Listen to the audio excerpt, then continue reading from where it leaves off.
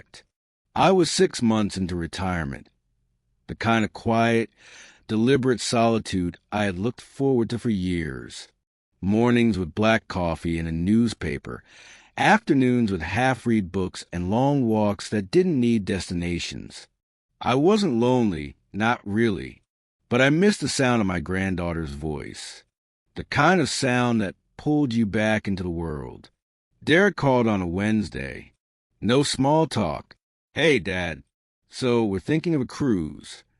His voice was upbeat in a way that immediately put me on edge.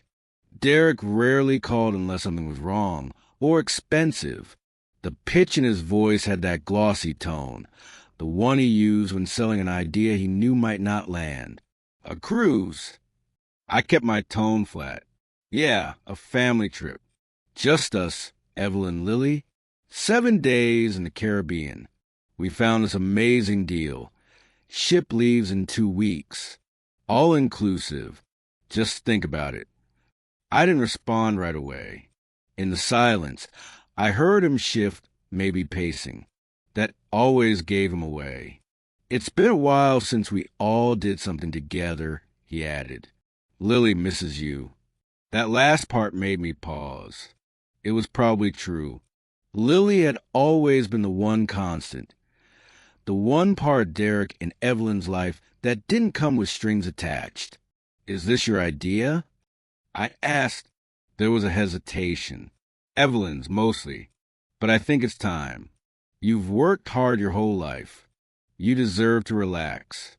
Let someone else take care of the details." That's when I knew. Something was off. Derek never offered to handle details. He avoided them like taxes. Still, the house had been quieter than usual. Too quiet. Margaret had passed 5 years ago, and while I'd adjusted to the silence, there were days it felt louder than any argument. Lily used to come by often, but school and life had taken over. I hadn't seen her in 3 months. I looked at the calendar. No commitments. No excuses. "I'll think about it," I said, though I already knew I'd say yes. Not for Derek. Not even for Evelyn. But for Lily. Great. He jumped on the opening. "I'll send the booking info. You're going to love this ship, Dad. It's huge, like a floating city." I hung up feeling like I'd just agreed to something bigger than a vacation, but I couldn't name what. The next few days were filled with logistics, passport, sunscreen, digging out that old suitcase from the back of the closet. I kept thinking about Lily's laugh echoing off the waves. That image helped dull the edge of unease. At the bank, while sorting some finances, I hesitated before transferring funds. I didn't ask Derek about the cost breakdown. I should have, but I didn't.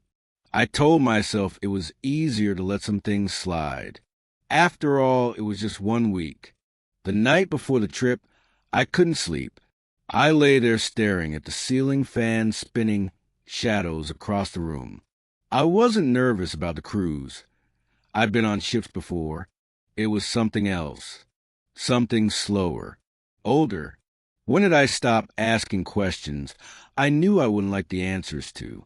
The next morning, Derek pulled into my driveway in that same dented minivan he'd driven for years, the one I'd helped pay for. Lily leapt out the back, arms already wide. "Grandpa!" she yelled. That moment made it worth it. I didn't care about the ship or the itinerary or the hidden price tags. I only cared about the way her arms wrapped around my waist like she'd missed me for centuries. "I saved you a window seat," she said proudly, climbing back into the van. "You can see the ocean all the way there." Evelyn offered a polite smile. Derek didn't say much, just nodded and loaded my bag. We drove in mostly silence. Lily chattered about dolphin shows and water slides. Evelyn scrolled through her phone. Derek kept his eyes on the road. It felt familiar in the worst way, like we were playing family on the way to something joyful. But everyone was reading from a different script. Still, I let it be. I was already packed, already buckled in. I looked out the window as the skyline faded into shoreline. Ships bobbed on the horizon. Somewhere out there was a floating city waiting to carry us forward. And somewhere inside me, a quiet voice whispered, "You're not here to relax. You're here to see the truth." I didn't answer it. I just watched the waves.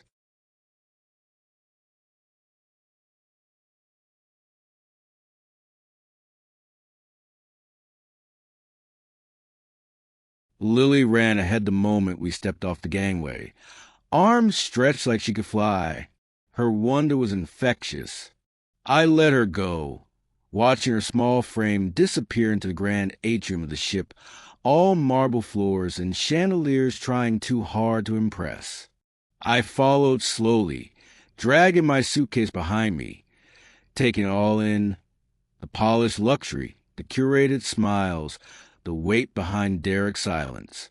If you're having fun, tap the like button and write your location in the comments. Derek and Evelyn lingered near the check-in counter.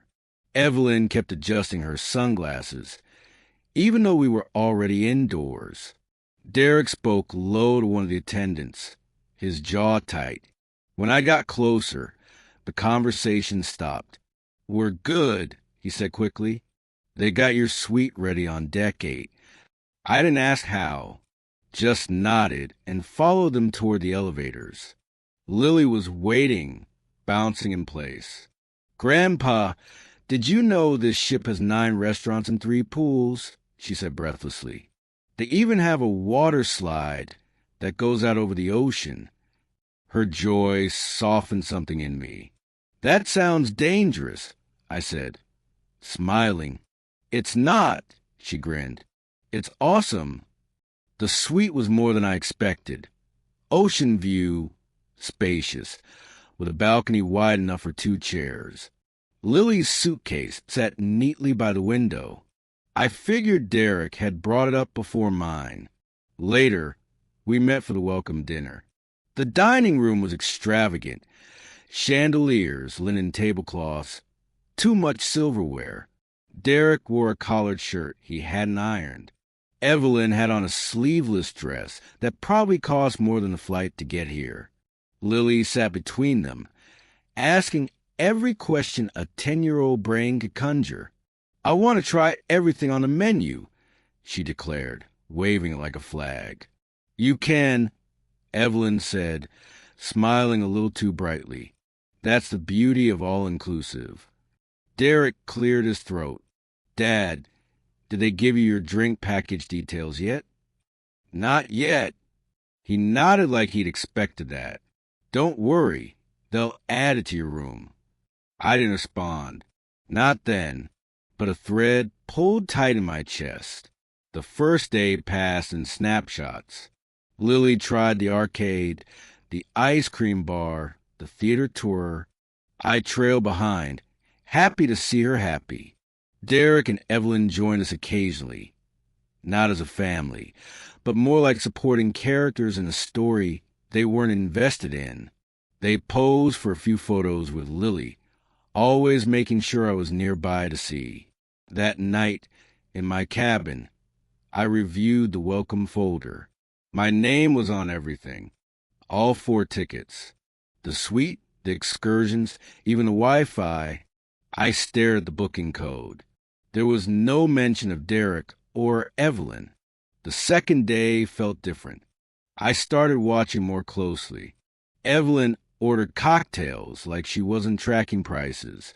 Derek scheduled massages, bought Lily souvenirs without blinking. Every expense, every single one, was tied to my account. At lunch, I asked quietly, "Whose name is on your room?" Derek looked up from his burger.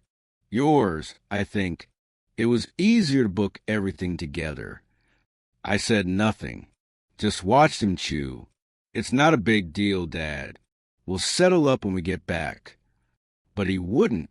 We both knew that. That night, I couldn't sleep.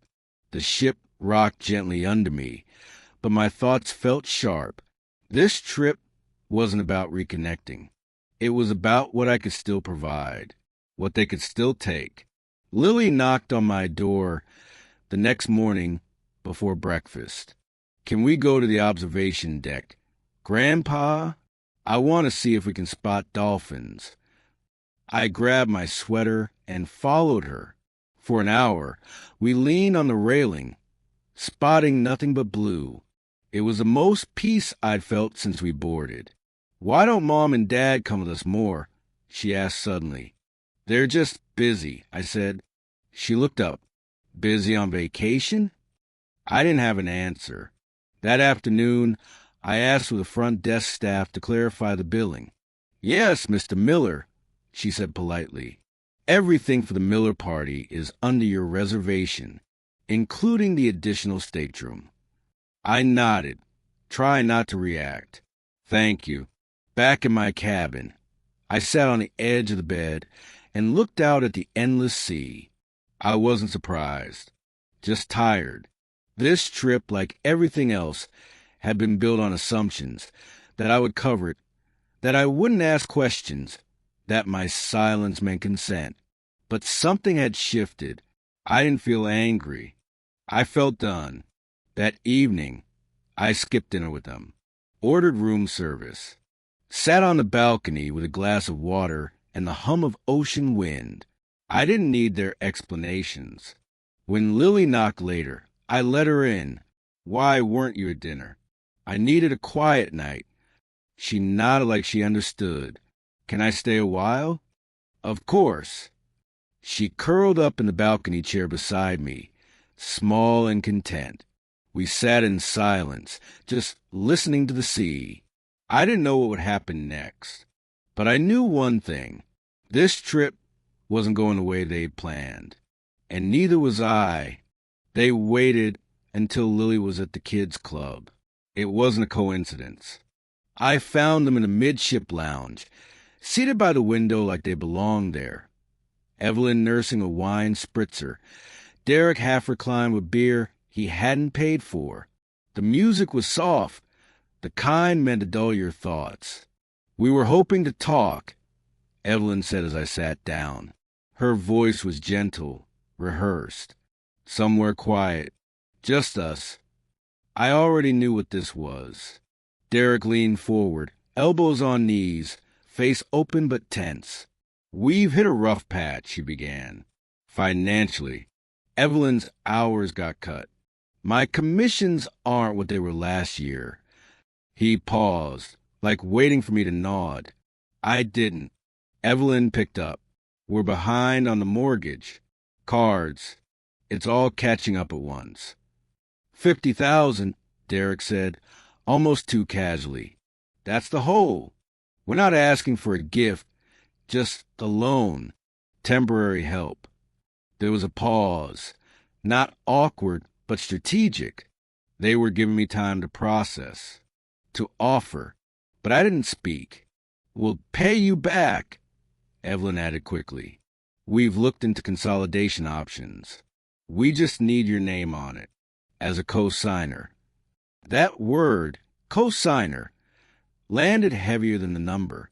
I looked at them both, sitting across from me like this was a reasonable conversation, like this wasn't the third or fourth time something like this had happened in a different costume. I folded my hands in my lap. "Why now?" I asked. Evelyn blinked. "What do you mean? Why during this trip? Why not before?" Derek shifted. "Because this is the first time we've all been together in a while. We didn't want to ask over the phone. That felt cold." I said nothing. "It's just a signature." Evelyn tried again. "You wouldn't have to send money. It's paperwork. The banks just want security." That word again. Security. The irony wasn't lost on me. "I'll think about it," I said. Derek's jaw tightened for a second. Evelyn offered a soft smile. "Thank you. That means a lot." But it didn't feel like gratitude. It felt like expectation. Back in my suite, I opened the desk drawer and pulled out a notepad. I started writing numbers. House down payment, $200,000. Wedding, $30,000. Honeymoon, $15,000. Car repair, $8,000. And all the in-betweens. Birthdays, medical bills, insurance lapses I'd quietly covered. Grocery cards that were supposed to be repaid. Vacations I'd gifted. I didn't want to see the total, but I needed to. The number hit $290,000 before I stopped. For a long time, I just sat there, the pen in my hand, but no more words to write. I had thought I was being generous, that helping them through tough moments was a reflection of love, of duty. But generosity becomes something else when it's assumed, when it's no longer met with thanks, just more need. I stood and walked to the balcony. The ship moved steady under my feet, cutting through calm water that suddenly felt deceptive. When Lily returned from the kids' club that evening, her cheeks were flushed from playing, hair tangled in a way that reminded me of her mother at that age. "Did you have fun?" I asked, sitting on the edge of the bed as she kicked off her sandals. "Yeah, we made bracelets," she said, holding up a mess of colored beads. "Mine says Grandpa." I smiled, but something behind my eyes burned. She climbed onto bed beside me, unaware of the weight sitting on my chest. "I love you, Grandpa," she said, like she'd always say it, without conditions. That night, I didn't sleep much. I kept seeing the look on Derek's face when I didn't immediately say yes. It wasn't disappointment. It was disbelief, like the idea of me saying no didn't fit in his world. I remembered when he was 12 and wanted a guitar. I bought it, even though we couldn't afford it. He played for a month. Then it gathered dust. That pattern never stopped. I just kept absorbing the cost. The next morning, I sat alone at breakfast. Evelyn walked past, smiled lightly, but didn't stop. Derek joined me 10 minutes later. "Did you sleep on it?" I kept my gaze on my plate. "I'm not signing anything." His face didn't change right away, but I saw it in his hands, the way they clenched on his coffee cup. "You're serious?" "I am. We're your family." "I know." There was a long silence. "This trip was supposed to bring us together," he said. "It did," I replied. "It helped me see things clearly."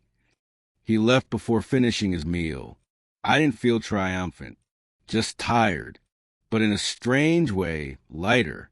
For the first time in years, I had drawn a line, and this time, I wasn't erasing it.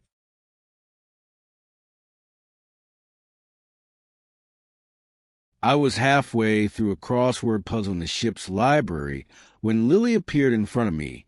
Her cheeks were pale, her lips pressed together, and her eyes, usually wide with curiosity, were now wide with something else. She didn't say anything at first, just stood there like she was waiting for permission to speak. "Hey," I said gently, setting the pencil down. "Everything all right?" She sat beside me without asking. That alone told me something was wrong. "I went back to the cabin," she whispered.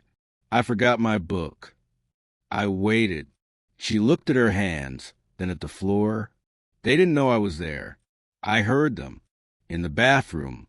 They were talking really quiet, but I heard enough. I leaned in. "Heard what?" They said they'd do it tonight. That it had to look like an accident. Her voice cracked. "They said you'd be drowsy. That they'd help you outside, get you some fresh air." She didn't finish the sentence. She didn't have to. I didn't ask more. I didn't ask if she was sure. I didn't ask if maybe she'd misheard or misunderstood. I believed her, not because it made sense, but because she had no reason to lie. And because deep down, some part of me had been waiting for this shoe to drop. She took a shaky breath. "Can we skip dinner tonight?" "Of course," I said. That was all she needed. She nodded, slid her hand into mine, and sat in silence while the rest of the ship floated on like nothing had changed. That evening, I didn't go to the dining room. I told Lily to stay in the kids' theater, tucked in with her blanket and popcorn. I made sure she was safe first. Then I walked the upper deck until my legs ached.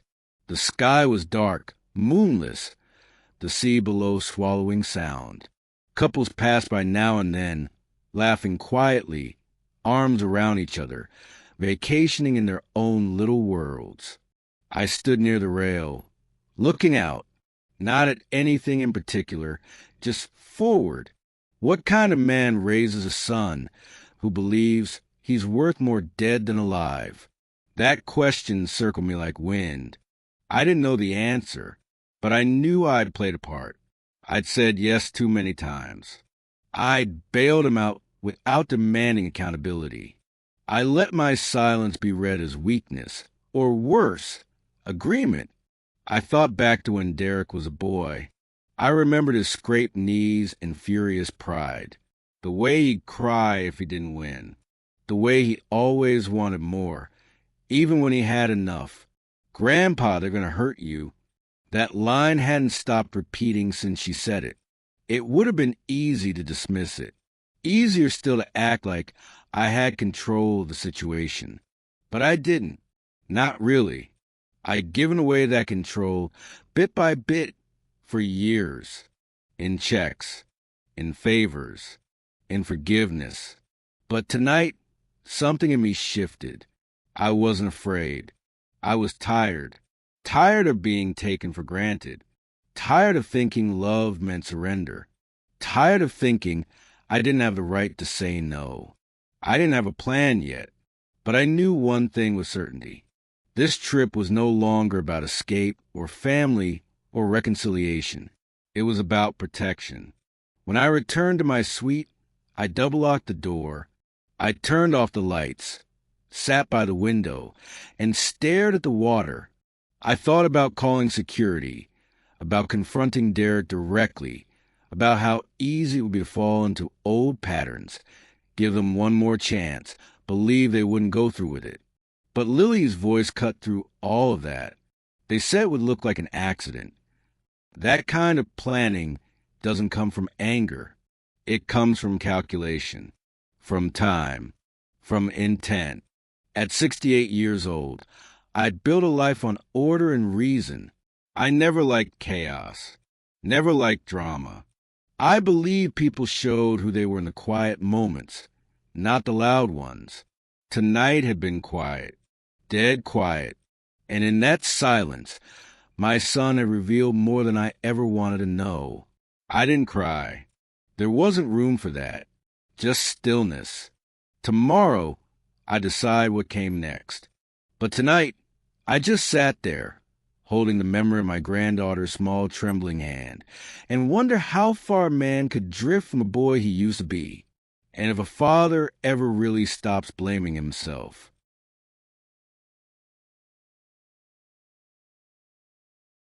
I didn't sleep that night, not because I was afraid that part had passed, but because my mind wouldn't stop moving. I kept hearing Lily's voice. They said it had to look like an accident.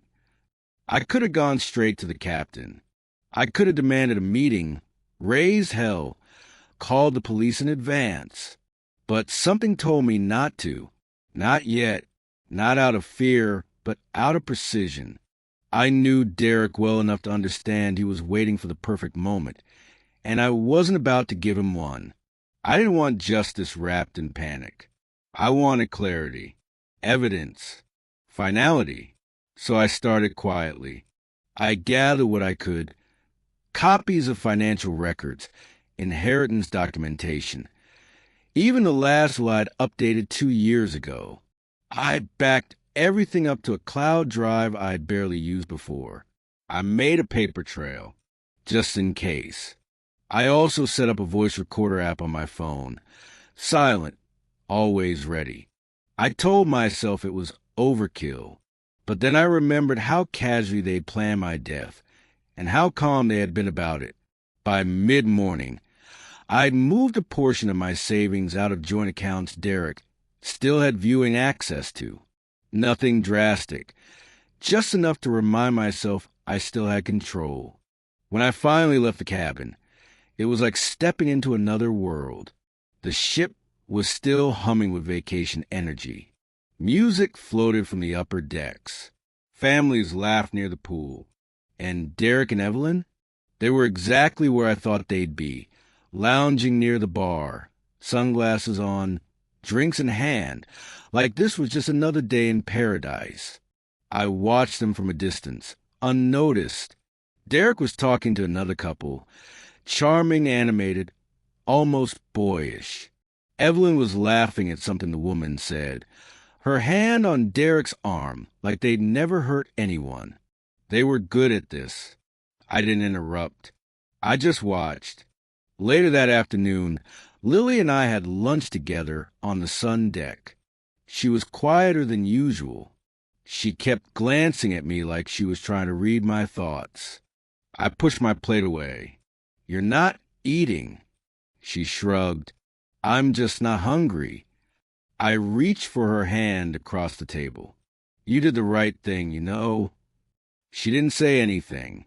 "Sometimes it's hard to tell grown-ups the truth," I added, "especially when it might change everything." She nodded, eyes on her water glass.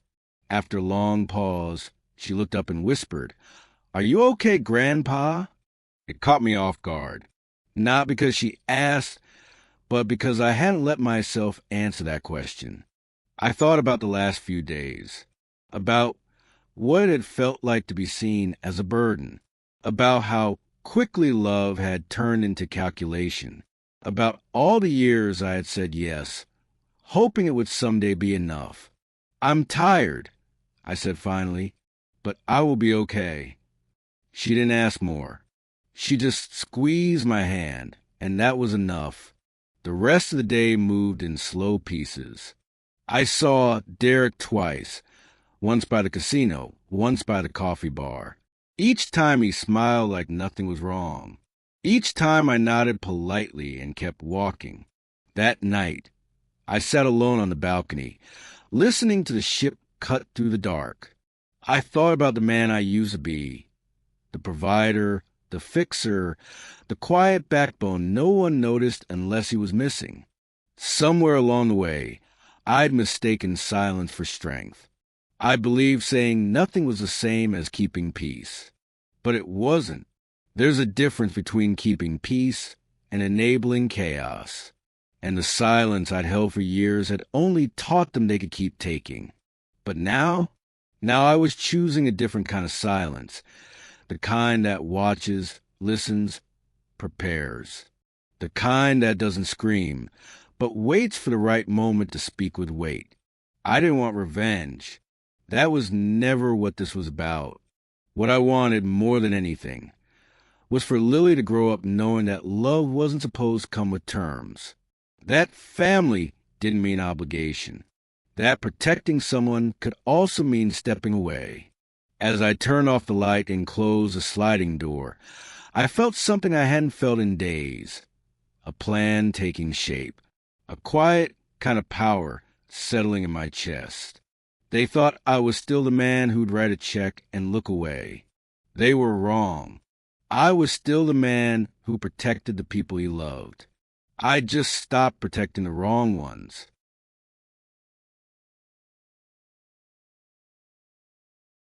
I left the suite before sunrise. Quietly, like I didn't want the walls to hear me go. Everything was ready. The envelope was sealed. Inside were copies of the trust transfer for Lily, a letter to my lawyer, and the final decision I had waited far too long to make. Derek wouldn't see another cent, Evelyn wouldn't see another illusion. And Lily would grow up with something solid, something clean.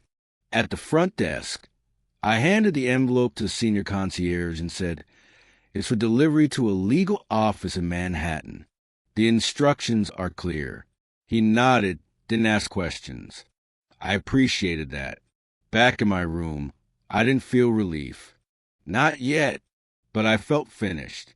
There was no scene, no confrontation, no public fallout. I didn't need Derek's guilt or Evelyn's excuses. I didn't want one last argument to poison what peace I still had. I'd already given them too much of my energy. The rest belonged to someone else now. Lily met me on the upper deck after breakfast. She ran up with 2 hot chocolates, balancing them carefully. Her hair was windblown, her cheeks flushed. "I got cinnamon in yours," she said. I took the cup from her and nodded. Perfect. We stood there for a while, watching the skyline inch closer. The ship was almost home. Manhattan was coming into focus, jagged, gray, familiar. But today, it didn't feel heavy. It felt honest. Lily leaned into my arm and looked up. "You listened," she said softly. "You trusted me." I didn't answer right away. Her words carried more weight than she knew. "I did," I said eventually. It wasn't just that I believed her. It was that I had let her honesty change me. That I had listened not out of fear, but out of respect. And in doing so, I remembered how to respect myself, too. Derek and Evelyn didn't join us on the deck. I hadn't seen much of them since the night I refused a signature. They stayed away, maybe out of discomfort, or maybe because they knew the well had gone dry. I didn't care which. Later, during disembarkation, I watched them gather their luggage. Evelyn avoided my eyes. Derek offered a stiff nod. I returned neither. Not out of spite, but because nothing needed to be said. We were no longer in the same story. Outside the terminal, I stood beside Lily as we waited for a cab. She reached for my hand. "Will I see you soon?" she asked. "Every week." I promised. "That's the new rule." She smiled, small and sure. As the cab pulled up, I helped her in, kissed the top of her head, and closed the door behind her. I watched as the car disappeared into traffic, carrying the only part of this trip that ever mattered. I didn't leave angry. I didn't leave broken. I left quiet, steady, and for the first time in years, free. Thanks for watching. Don't forget to like, subscribe, and comment your country below.